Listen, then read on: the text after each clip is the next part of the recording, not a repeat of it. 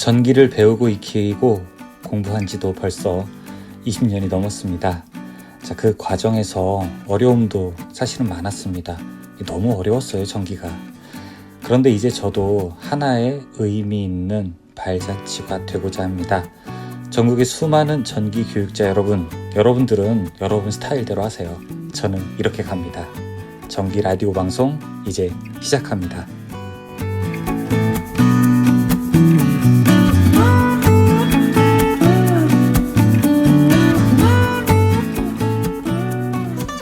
안녕하세요. 다산의 듀오 원장 전병칠입니다. 여러분과 네 번째 드디어 만남의 시간을 갖게 되었습니다. 제가 사실 말은 고품격 전기 기술 방송이라고 하는데 여러분께서 그냥 편안하게 이런 질의응답이라든지 내용들 최근에 이슈가 되는 것들을 조금 이렇게 듣기 편하시게 하려고 만든 그런 방송입니다. 자, 제가 이제 관련된 질의응답 먼저 하기 전에 제가 주말에 있었던 일 좀 한번 말씀드릴게요. 사실은 이제 10월 달에 제가 4번 동안 주말에 교육을 했습니다. 10월 10일, 그리고 17일, 그리고 24일, 25일. 아시는 분은 제 커뮤니티에 올린 글을 보셔서 아시겠지만 4번 동안 제가 세종에 있는 고려대학교에 가서 재직자 교육을 좀 했습니다. 사실은 고려대학교에 있는 HRD 사업단에서 먼저 저희 다산에듀와 저에게 제안을 했던 내용이에요. 이 지역에 있는 분들이나 아니면 조금 멀리 계신 분들이라고 하더라도 좀 재직자 교육을 활성화시키고 싶은데 전기 분야에서 같이 한번 해보지 않겠느냐라고 이렇게 제안을 하셨습니다. 조건은 어떤 거였냐면은 보통 우리가 내일 배움 카드 같은 거 이용하게 되면 본인의 계좌 1년 동안 쓸 수 있는 총 계좌에서 비용이 삭감되잖아요. 그리고 일종의 자비 부담도 있게 되는데 이제 예산을 우리 지역산업 맞춤형 인력사업이라고 해서 다른 데에서 이제 완벽하게 가져와서 여기에 참여하는 분들은 본인 부담금이 하나도 없을 뿐더러 그렇게 계좌에서 삭감되는, 개인 계좌에서 삭감되는 비용도 없다. 정부로부터 받는 훈련비에서 삭감되는 것도 없으니까 저는 상당히 좋은 기회라고 생각을 했고 관련되는 재료비라든지 이런 것들이 다 예산상으로 준비될 수 있다고 해서 제가 이제 9월달 그리고 10월 달에 이렇게 이어서 교육을 하게 되었습니다. 9월 달에는 저희 다산에듀에 있는 이재현 원장님이 강의를 하셨고 저는 이제 10월 달에 총 4번의 교육을 했습니다. 10월 10일과 17일은 한 이제 10분 조금 넘게 강의를 했고요. 24일과 25일은 신청하시는 분들이 굉장히 많았어요. 보통 이제 20명 정원으로 했는데 한 37명, 40명 정도가 지원을 하셔서 아쉽게 조금 이렇게 먼저 신청하신 분들 위주로 편성할 수밖에 없었습니다. 그리고 이 관련된 예산이 아무래도 이제 고용노동부 쪽에서 나오다 보니까 고용보험에 가입된 분 중에서도 좀 중소기업 근로자 분들을 우선적으로 이렇게 받을 수밖에 없는 그런 상황이었습니다. 아무튼 교육 너무 좋았고요. 저도 주말 동안 다양한 분들을 만나고 특히 멀리서 오신 분들도 많이 계셨는데 이런저런 이야기를 나누면서 조금 더 정말 좋은 교육들을 이렇게 구성하고 그 다음에 기획해서 다음에 좀 더 알차게 내용을 준비해야 되겠다. 그리고 이제 실습과 관련한 부분도 사실 전기 기능사나 승강기 기능사, 공존행동 전기 기능장 이렇게 하다 보면은 자격증 중심의 교육이 될 수밖에 없으므로 우리가 사용하는 그런 재료들도 현장과 조금 먼 재료들을 사용합니다. 아시는 분들은 아시겠지만 12핀 MC라든지 EOCR 12핀 베이스 이런 거는 현장에서 사용하지는 않거든요. 그래서 좀 가급적이면 현장에서 사용하는 실제 마그네트라든지 아니면 실제 EOCR 형태도 조금 회사마다 종류가 여러 개 있으니까 그런 것으로 교육을 하고 싶었고 물론 그래서 이번에는 실제 국가기술 자격시험에서 사용하는 MC가 아니라 실제 현장에서 사용하는 MC들이라든지 아니면 그런 EOCR을 이용해서 학습을 할 수 있도록 준비를 했습니다. 이런 기회들을 조금 더 넓혔으면 좋겠고, 아까 처음에 말씀드렸다시피 어쩔 수 없이 이제 정부 지원 과정으로 운영이 되다 보니까 예를 들어 학생분들이라든지 또 뭐 대기업에 근무하시는 분들 혹은 현재 좀 직장을 안 다니고 계시는 분들에게는 교육의 기회가 제공되지 못했어요. 그런데 제가 이 과정을 처음에 고려대학교와 협의를 할 때 꼭 정부 지원 과정으로 해서 실적이 남는 훈련 말고도 앞으로 다산에듀에서 하고자 하는 교육이 있다면 적극 협조해 달라고 하는 전제 조건을 달았습니다. 그리고 물론 그런 전제 조건에 흔쾌히 승낙을 하셨기 때문에 이런 교육이 이루어질 수 있었거든요. 그래서 앞으로는 좀 다양한 분들을 위해서 좀 더 열려있는 교육들을 할 예정입니다. 그래서 여러분들 이 채널을 잘 보셔야 되는 이유 중에 하나가, 저희가 뭐 만약에 그런 관련된 교육 같은 것이 기획되면 제가 홍보할 수 있는 수단이 몇 개 없지 않겠습니까? 예를 들어 다산에듀 홈페이지나 아니면 저희가 운영하는 카페라든지 아니면은 이런 유튜브 채널을 이용해서 밖에 사실 홍보할 수 하는 게 가장 이제 좋은 방법이라서 이런 곳에서 계속 좀 말씀을 드리려고 합니다. 그래서 지금은 제가 중심적으로 하고 저희 다산에듀 강사진이 중점적으로 교육을 하지만 조금 더 이제 기회가 되면 각 분야에서 전문성 있는 분들을 모셔서 정말 다양한 교육들을 좀 하기를 바랍니다. 그래서 좀 기존에는 여러분께서 다양한 이 전기와 관련된 연수를 좀 받기 어려우셨다. 그리고 좀 내가 원하는 교육들이 좀 풍성하게 이루어지고 그 다음에 그런 교육들이 또 특히 사실은 회사 다니시는 분들은 주말을 이용하는 게 좋잖아요. 그렇죠? 그런데 대부분의 연수원에 있는 과정들은 평일에 하기 때문에 직장에 눈치를 보거나 아니면은 휴가를 내서 이렇게 교육을 받으러 가야 되니까 여의치 않았는데 가급적 좀 주말을 이용해서 교육을 좀 많이 개설하도록 하겠습니다. 그리고 꼭 여기 세종이 아니더라도 다른 곳들도 많이 훈련을 할 수 있는 조건들을 계속해서 앞으로 넓혀 가도록 하겠습니다. 그리고 혹시 관심 있으신 분들, 강의를 좀 하고 싶으신 분들도 오히려 이 내용들을 보시고 저희 다산에듀에 좀 지원을 해주시면 좋을 것 같습니다. 제 이메일은 777-2-다산.net 이렇게 됩니다. 숫자가 앞에 7이 3개 있습니다. 여기로 관심 있으신 분들은 내용을 보내주시면은 제가 또 소정의 저희 내부 절차에 의해서 연락을 드리도록 하겠습니다. 아무튼 오늘 저는 여러분들과 만나게 되는데 주말 동안 너무 좋은 기운을 많이 받아서 상쾌하게 시작할 수 있을 것 같습니다. 자, 오늘은 10월 27일이고요. 여러분과 함께 4번째 방송 시작하겠습니다. 전기에 강해요. 전기 자격증 다산에듀. 소방에 강해요. 소방 자격증 다산에듀. 전기 소방 자격증 전문 교육으로 합격을 번개 배송. 다산에듀. 질문과 답변의 시간 갖도록 하겠습니다. 처음 질문은 꽃끝님께서 남겨주신 질문입니다. 자, 내용 읽어볼게요. 질문 있습니다. 실생활에서 220V에서 전력 손실을 더 낮추기 위해 300 혹은 800V까지 높이지 않는 이유는 인체에 위험해서 그런가요? 이렇게 질문해 주셨습니다. 우리가 일상적으로 사용하는 전격 전압과 관련된 말씀이신데요.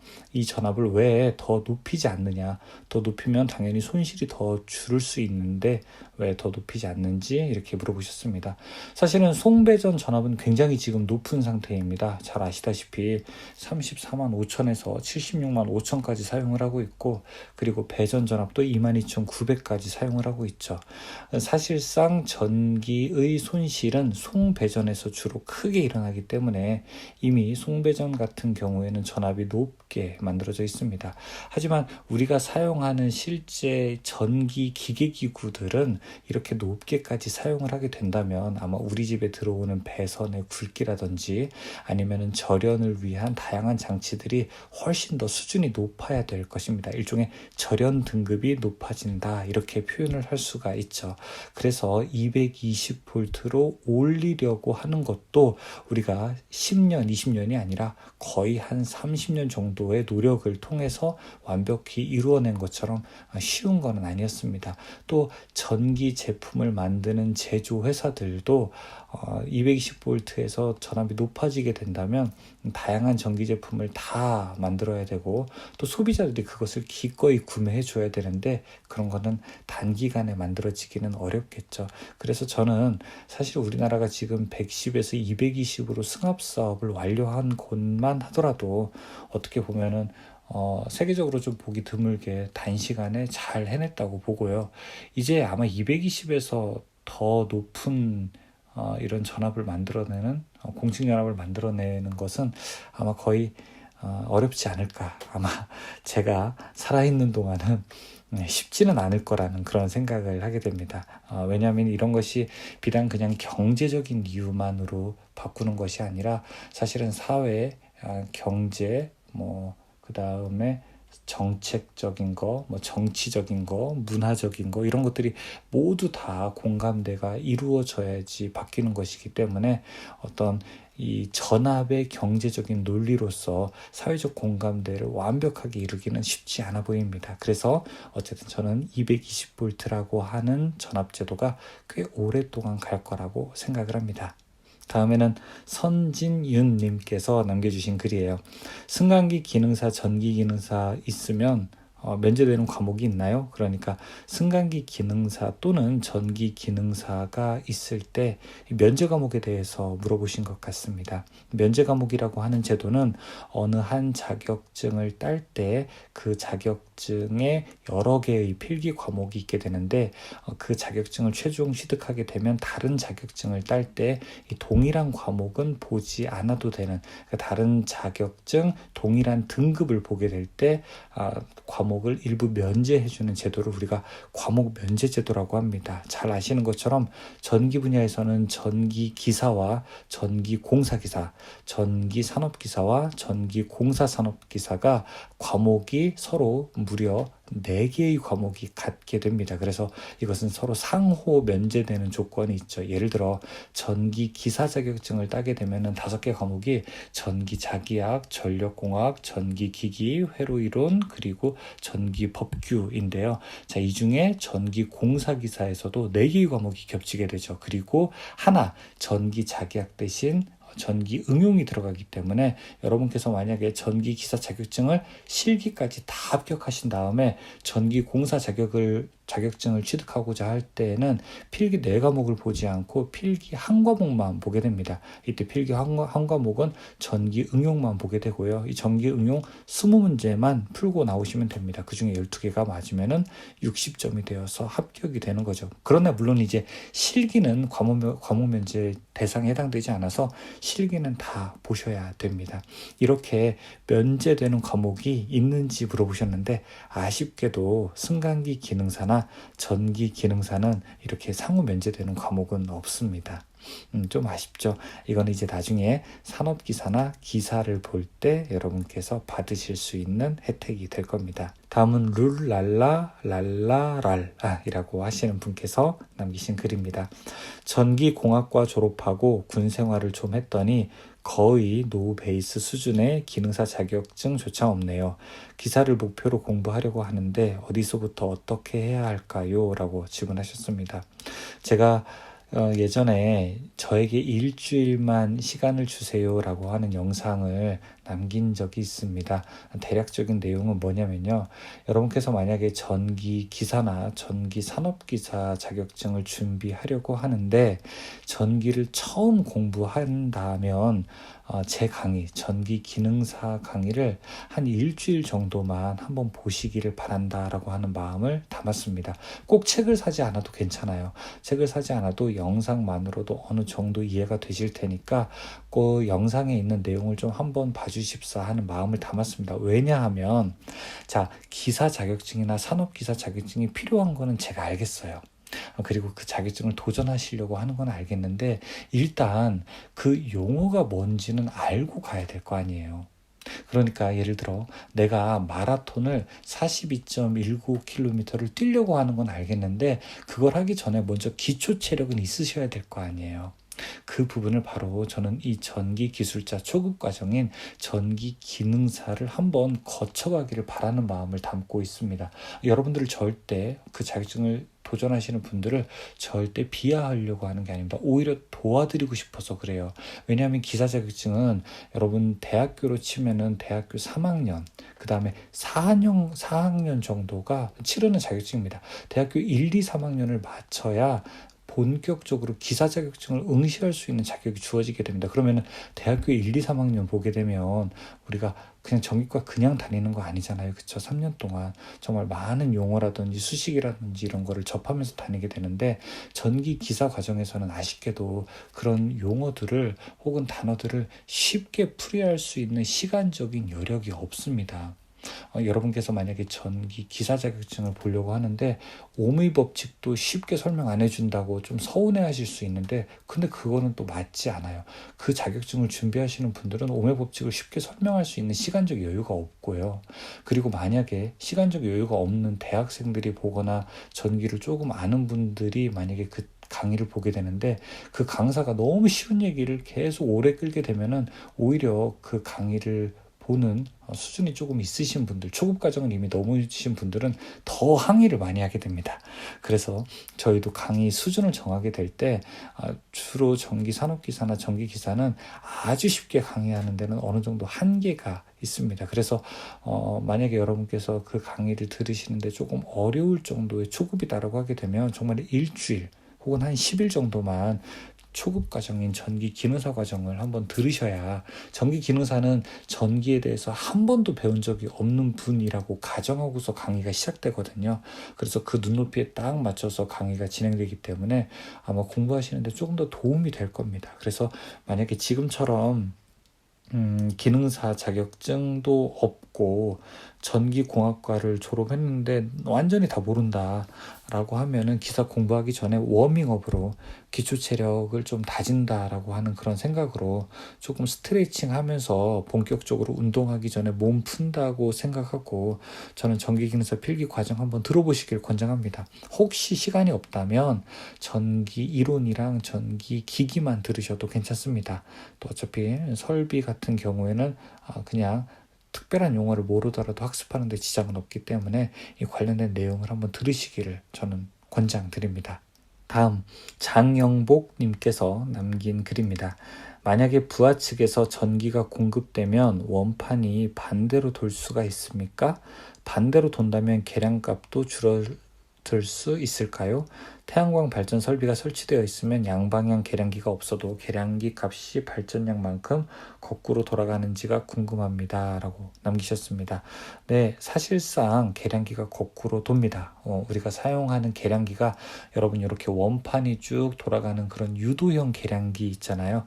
크게 우리가 유도형 계량기가 있고 전자식 계량기, 디지털화되어 있는 전자식 계량기가 있는데 이런 유도형 계량기의 경우에는 만약에 부하 측의 전압이 더 높아서 전기가 공급된다면 계량기가 거꾸로 돕니다.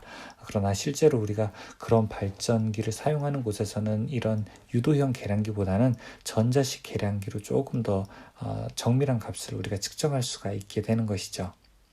다음에는 공부님께서 남기신 글입니다. 원장님, 전기기능사 처음 공부하는 사람은 3회독을 하라고 말씀해 주셨는데요. 이 3회독이라는 게 전기 이론부터 전기 설비까지 한 번에 쭉 듣는 걸 한 번으로 3번 듣는 건가요? 아니면 전기 이론 3번, 그 다음에 전기기기 3번, 그리고 전기설비 3번 이렇게 한 과목씩 쭉 듣는 게 아니라 한 과목으로 반복해서 3번 듣는 건가요? 이렇게 말씀을 하셨습니다. 저는 이 전기 이론, 그 다음에 전기 기기, 설비를 다 듣고 그 다음에 다시 전기 이론, 그 다음에 기기 설비, 다시 전기 이론, 기기 설비 이렇게 듣는 3회독을 권장드립니다. 전기 이론만 3번 듣고 기기만 3번 듣고 설비만 3번 듣는 게 아니에요. 왜 그러냐면은 이게 과목이 전기 이론이나 기기 같은 경우에는 과목 이름이 다르죠. 그런데 다름에도 불구하고 그 내용들에는 서로 유사한 것들이 있습니다. 예를 들어 전기 이론에서 전압 강화가 나왔다면은 전기 기기에서도 전압 강화라고 하는 의미가 나와요. 그래서 전기 기기에서 전압 강화를 들었다가 이게 무슨 말인지, 전압 강화가 무슨 말이었지? 라고 생각을 하게 된다면 다시 전기 이론을 들을 때 조금 더 우리가 알고 있는 정보들이 더 구조화돼서 오랫동안 머리에 남고 그 다음에 이해할 수 있게 되는 것이죠. 그런데 한 과목씩만 듣게 된다면 이 전기 이론 들을 때 들었던 내용이 기기에 들어가서 조금 다른 차원으로 해석이 되기 때문에 서로 두 개의 다른 과목에서 있는 정보가 융합되는데 조금 문제가 생길 수 있습니다. 저는 그래서 이 과목이 달라도 개념이 유사한 내용이 있기 때문에 전체를 한 번에 쭉 듣는 것을 권장드립니다. 전체 과목을 한 번 쭉 듣고 그 다음에 두 번, 세 번을 들으세요. 그런데 첫 번째 들을 때는 여러분께서 그 시간을 온전히 다 쓰셔야 될 거지만 두 번째와 세 번째 들을 때는 속도를 조금 빨리 해서 뭐 예를 들어 한 1.2배, 1.3배, 1.4배 정도로 조금 빨리 해서 들으실 수 있을 겁니다. 그래서 마지막에 두 번, 세 번 들을 때에는 1회독 하는 것보다는 시간을 조금 더 줄일 수 있을 겁니다. 이 반복 공부라고 하는 게 정말 중요합니다, 여러분. 한 번 듣는 것보다는 이게 용어라든지 수식 같은 게 많이 낯설기 때문에 두 번, 세 번 듣는 게 정말 여러분들 아마 이렇게 공부해 보신 분들은 아실 거예요. 이게 두 번 보는 것과 세 번 보는 것이 이렇게 내가 기억 속에 다르다라고 하는 것을 아실 겁니다. 제가 전기 기능사 보통 강의가 한 20시간 정도 되거든요. 하루에 만약에 3시간 공부한다면은 20시간이니까 한 7일 정도면 공부할 수 있죠. 사실상 한번 진짜 독함만 먹게 되면은 토요일, 일요일 이틀 만에도 어떻게 보면은 할 수 있는 공부가 됩니다. 그러나 사실 이틀 만에 공부 20시간 하는 거는 정말 어렵지. 이거는 거의 뭐 웬만하면은 제가 권장드리지는 않고요. 하루에 3시간씩 일주일을 하거나 아니면은 하루에 1.5시간씩 2주일을 하게 되면 한 바퀴를 도니까 나머지 또 2주일 동안 한 바퀴 돌고 나머지 또 2주일 동안 한 바퀴 돌게 되면은 보통 한 6주 정도 되면 3회독을 하실 수 있을 것 같아요.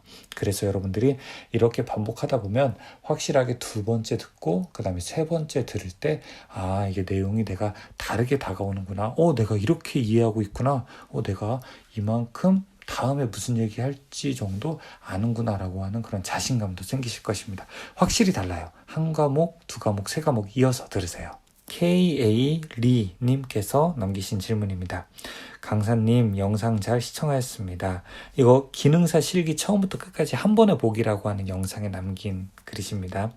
실기 시험에서는 영상에 나온 작업만 출제되나요? 아니면 다른 종류의 작업도 있나요? 이렇게 질문하셨습니다. 제가 그 전기기능사 실기 처음부터 끝까지 한 번에 보는 영상을 올린 게 있습니다. 처음에 도면을 파악하는 것부터 핀번호 매기고 배관 작업하고 제어반하고 요소 작업하고 선 넣기하고 결선해서 동작 검사까지 하는 영상 보여드렸는데요. 그거는 하나의 작업의 샘플이고요. 사실 이런 비슷한 작업들이 한 10개 정도가 더 넘게 있습니다. 산업인력공단에서는 매번 시험을 낼 때 그 중에 하나를 출제하게 되고요. 그리고 시험 날짜에 따라서 어떤 날은 A형, 어떤 날은 B형이라고 해서 똑같은 전동기 정역 운전 회로라고 하더라도 스위치나 아니면은 램프나 아니면 릴레이 접점을 바꿔서 시험 문제 내게 됩니다. 그러니까 만약에 한식조리라고 하면 이번에는 김치찌개가 시험에 나온다라고 하면은 첫째 날은 참치김치찌개, 두 번째 날은 두부김치찌개 이렇게 조금씩 유형을 바꾸는 거죠. 그러나 지지난번 시험에서 그러니까 2020년 2회 시험에서는 문제가 두 가지가 출제됐어요. 그래서 격일로 날짜에 따라서 문제가 두 가지 종류가 출제되는 그런 유형도 나왔습니다. 앞으로는 2020년 3회 시험에서는 그런데 한 종류가 나왔거든요. 우리가 배수회로가 나와서 한 종류의 시험이 나왔기 때문에 앞으로는 어떻게 나올지는 모르겠어요. 그래서 관련된 정보들이 무엇이 있나 이렇게 촉각을 곤두세우고 우리가 바라보고 있죠. 어쨌든 한 종류의 시험만 나오는 것이 아니라 유형은 여러 가지가 되는데 본격적으로 한 최근에 출제되는 유형 보게 되면 한 10가지 종류에서 이렇게 나오게 됩니다. 근데 그렇다고 10가지 종류라고 해서 너무 많다, 너무 힘들다라고 생각하실 수도 있는데 또 그렇지 않아요. 막상 연습해 보게 되면은 10가지 종류가 대부분 전동기 기동정지회로 혹은 전동기 정역운전회로 혹은 급수 배수가 이용되는 플로트레스가 사용되는 회로, 그 다음에 뭐 셀렉터 스위치나 리미트 스위치가 이용되는 컨베이어 회로, 아니면 뭐 타이머가 이용하는 타이머 한시 운전 회로, 이런 것으로 몇 가지 또 비슷한 것끼리 이렇게 묶어 놓을 수 있게 됩니다. 그래서 그런 걸로 합치게 되면은 대략 한 큰 대분류로 하게 되면은 한 6개 종류 정도 되고요. 그 대분류에서 한 2-3개 정도씩 또 나뉘게 되니까 보통 이제 10개 정도가 조금 넘게 되죠.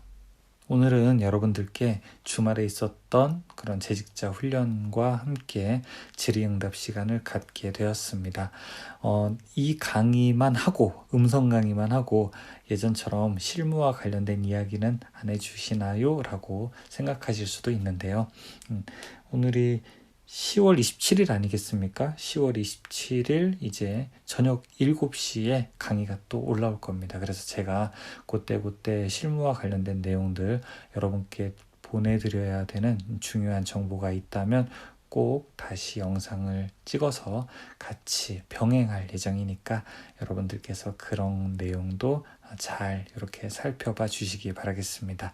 저는 오늘 여기까지 내용을 마치겠고요. 더 좋은 날, 좋은 시간에 찾아뵙겠습니다. 감사합니다. 다산에듀 전병칠이었습니다.